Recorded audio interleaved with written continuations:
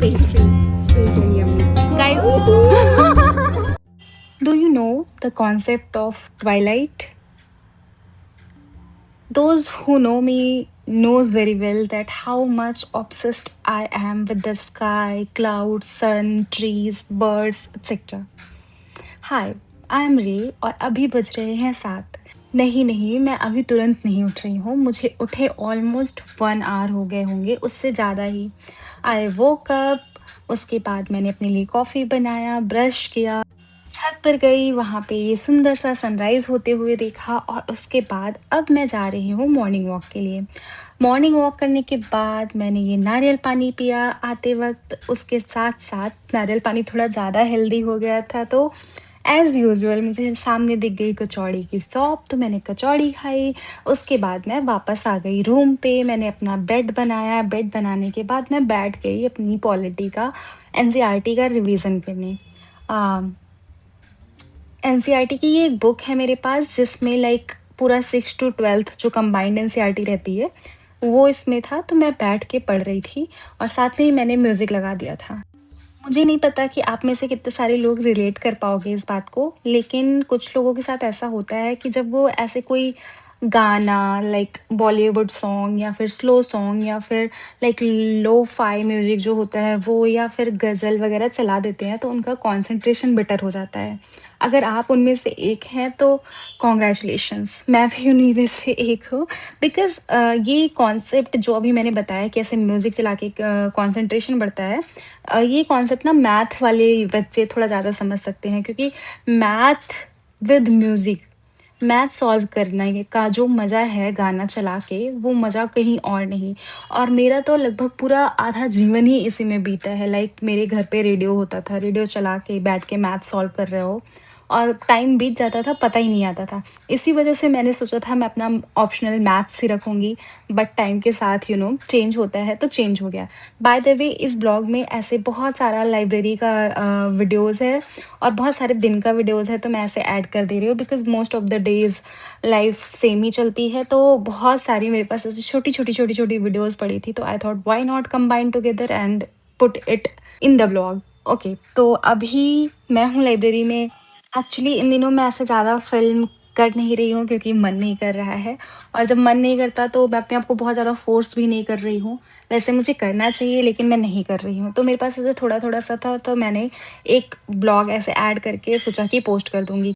और देखो मैं ब्लॉग बनाती हूँ तो सिर्फ़ आप लोग ही नहीं मतलब मेरे घर वाले भी देखते हैं और जब मैं बहुत दिनों तक कॉन्स्टेंटली नहीं पोस्ट करती हूँ तो मुझे सबका कॉल आने लगता है, मम्मी का कॉल, मेरे भाइयों का कॉल कि everything is fine, why are you not posting और what are you doing, is something bothering you, फलाना, फलाना, फलाना। तो मतलब ऐसे लोगों का पूछने लग जाते हैं, घर वाले भी मेरे पूछने लग जाते हैं, आप लोग ही नहीं।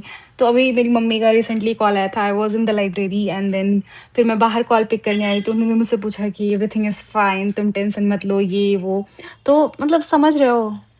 फिर मैंने सोचा कि डालना ही चाहिए मुझे।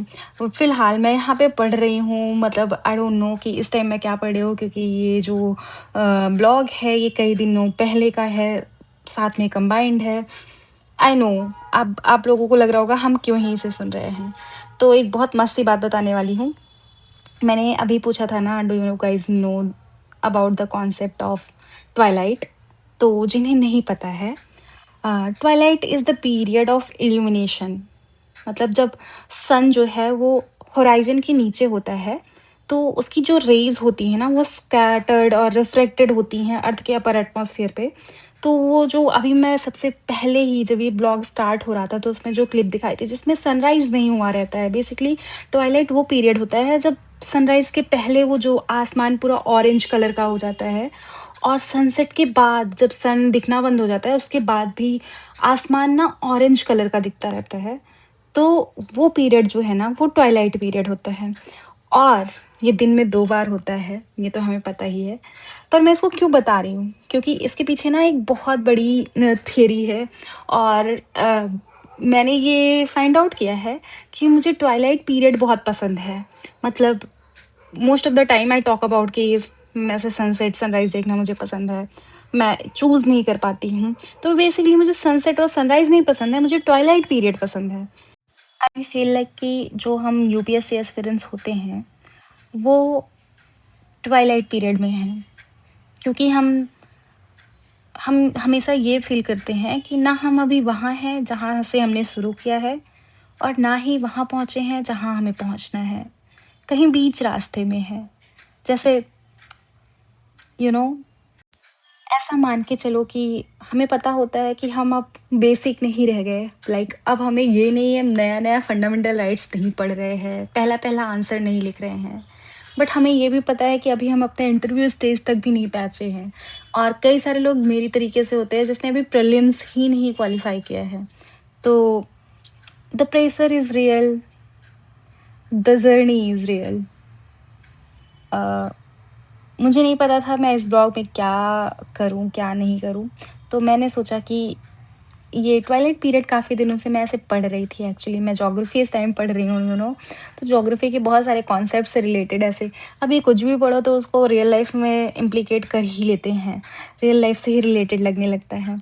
तो when I read about the Twilight thing ना, तो उसी टाइम मैं ऐसे छत पे भी गई थी और मैंने वो देख लिया था। तो मुझे लगा कि यार ये तो बात करना ना बहुत ज़्यादा ज़रूरी है, क्योंकि हम सब लोग इसी फेज़ से गुज़र रहे हैं। आई केम फ्रॉम द लाइब्रेरी, क्योंकि ना जो लोअर एब्डोमेन एरिया होता है वहाँ पे मुझे पेन हो रहा था। पता नहीं, आई डोंट नो ठंड की वजह से हो रहा है पर क्यों हो रहा है, बट पेन हो रहा था और मुझे बैठने से पेन मतलब ऐसे थोड़ा सा स्टार्ट हुआ और वो बढ़ता जा रहा था। तो आई थॉट कि रूम पे चलती हूँ और कुछ गर्म पीती हूँ। तो मैं अभी आई हूँ रूम पे और अभी हो रहे हैं 5:30 नहीं 5:15, लाइक 5:15, जिसको 5:15 नहीं समझ में आता, 5:15 हो रहे हैं। और मैं अपने लिए बनाऊंगी कॉफ़ी फटाफट से और वो पीऊँगी और थोड़ी देर रेस्ट करूँगी एंड देन फिर will go again and do all the things. अभी तो मैं ज्योग्राफी के एकदम हाथ पैर धुल के पीछे पड़ गई हूँ। मुझे पढ़ना चाहिए मॉडर्न इंडियन हिस्ट्री को पे, लेकिन मैं पढ़ गई हूँ ज्योग्राफी पे। तो ठीक है, इसके बाद चलेंगे और पढ़ेंगे। तो अगले दिन मैंने ये समोसा चटनी खाया था। समोसा मेरा फ़ेवरेट स्नैक है और मेरे घर पे समोसा बहुत अच्छा बनता है, लाइक घर के पास जो शॉप है वहाँ पे। फ़िलहाल ये लास्ट दिन है और मैं लाइब्रेरी में पढ़ रही थी। मुझे अभी जाना था किसी से मिलने। Actually there is this girl जिससे मुझे मिलने जाना था। हम काफ़ी दिनों से प्लान कर रहे थे लेकिन हम जा नहीं पा रहे थे। बट आज हमने फाइनली डिसाइड किया था कि हम चाय डेट पे जाएँगे और मैं गई और हम आपस में मिलके बात-वात कर रहे थे, तो मुझे और सारे लोग मिल गए। तो मैंने ये छोटा-सा क्लिप फ़िल्म किया है, आप लोग देख लो। से हाय। हेलो हाय, राधे राधे मथुरा से। Hello, hi. I'm from Kashi. Hi everybody, this is Dipali. From Ayodhya guys, अंशी। अब सब जन बोलना सब्सक्राइब करने के लिए मेरा चैनल। एंड सब्सक्राइब रेस चैनल। आज हम मिले हैं रेस से। कितना बढ़िया चैनल है, इतने अच्छे अच्छे ब्लॉग आते हैं, मोटिवेशन मिलता है। आज मैं मिला गलती से, सामने बैठे हुए थे। पहले मैं एंजाइटी होगी कि बात करूं ना करूं, लेकिन इतना डाउन टू अर्थ हमको ट्रीट दी भाई, मस्त एकदम, मिलके मजा आ गया। सब्सक्राइब करो भाई चैनल को। Bye bye. Hello everybody, and you guys must not be knowing that, I mean, she looks like she is very sweet, but she actually is very sweet. वो सिर्फ कैमरा और वीडियोस और photos में बहुत approachable नहीं लगती हैं, but वो रियलिटी में भी बहुत प्यारी हैं, बहुत स्वीट हैं। अगर आप उनको मिलोगे ना तो आपको लगेगा ही नहीं कि यार ये इन्फ्लुएंसर है या फिर ये इंस्टाग्राम पे आती हैं रील्स। ये शी इज़ समबडी जिनको हम देखते हैं। She is super super duper sweet, and while talking to her you will feel like कि you are talking to a friend of yours and she'd make you feel कि मतलब आप किसी ऐसे इन्फ्लुएंसर से बात ही नहीं कर रहे हो, किसी अपने बहुत क्लोज दोस्त से बात कर रहे हो। She is super cute. And say I love her. I obviously do love you. I do love you, Ray. Cheers for race. She is like pastry, sweet and yummy.